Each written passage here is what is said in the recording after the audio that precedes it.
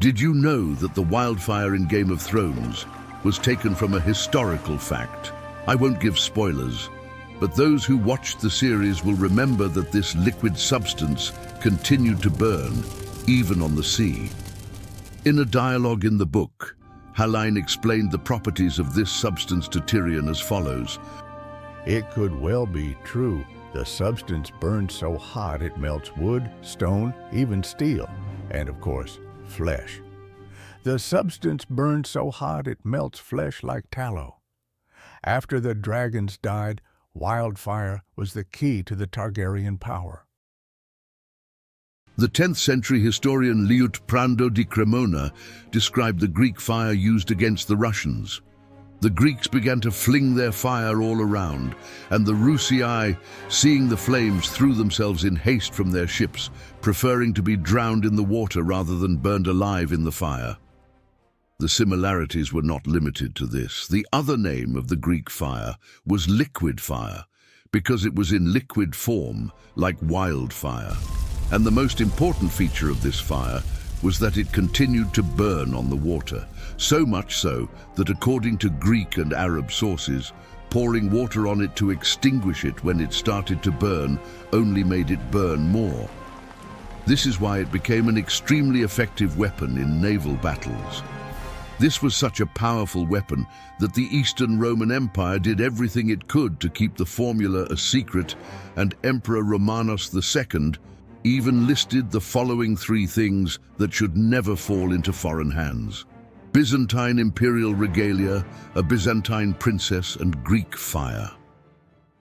And indeed, the secret of this fire is still unknown today. Another characteristic of fire was the variety of its uses. For example, it could be filled with metal and thrown at enemy galleys like a grenade, or catapulted, or sprayed at the enemy with a mechanism resembling a lava gun. Imagine you are in the 6th or 7th century, and you have a grenade or a lava gun that cannot be extinguished even with water. How powerful would you be? This is how powerful the Greeks were at that time. In Constantinople, they had put a giant chain in the middle of the Bosphorus. The wooden galleys of the time could not pass this chain, and as if that was not enough, they had to fight Greek fire. Enemy armies came many times to conquer Constantinople, only to be met with fire and blood.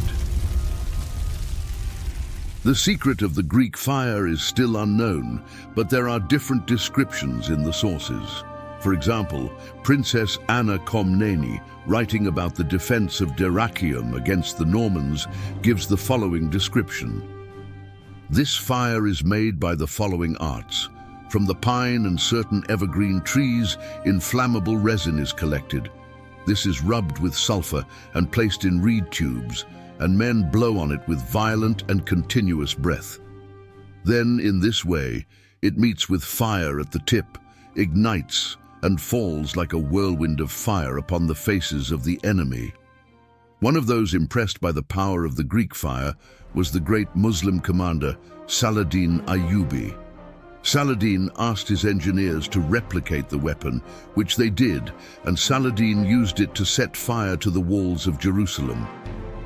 Ibn al-Tarsusi, one of the historians of the period, gives the following recipe for fire burning on water: a little tar, a little sulfur, i.e. neft, resin in the same proportion, sandarak in the same proportion, pure and clear dolphin oil in the same proportion, goat kidney oil in the same proportion, yellow sulfur in the same proportion. Crush everything that needs to be crushed. Keep the tar in the cauldron on the fire for a while, and when it boils, add the sandarak and crush it until it is mixed. When you have done this, throw the mineral sulfur, which is all from the old oil, on top and remove it. When it is necessary to take it out, boil it until you observe that it has reached the point of ignition, and send it over the water towards the ships you wish to burn. It produces a great fire and moves over the water in a way that cannot be extinguished. Another formula given by Tarsusi is related to the much more frightening sounding fire that never goes out. According to his work, this fire will only go out if it is wrapped in a piece of felt washed with vinegar and prayers are answered. But we will not share this formula here for now.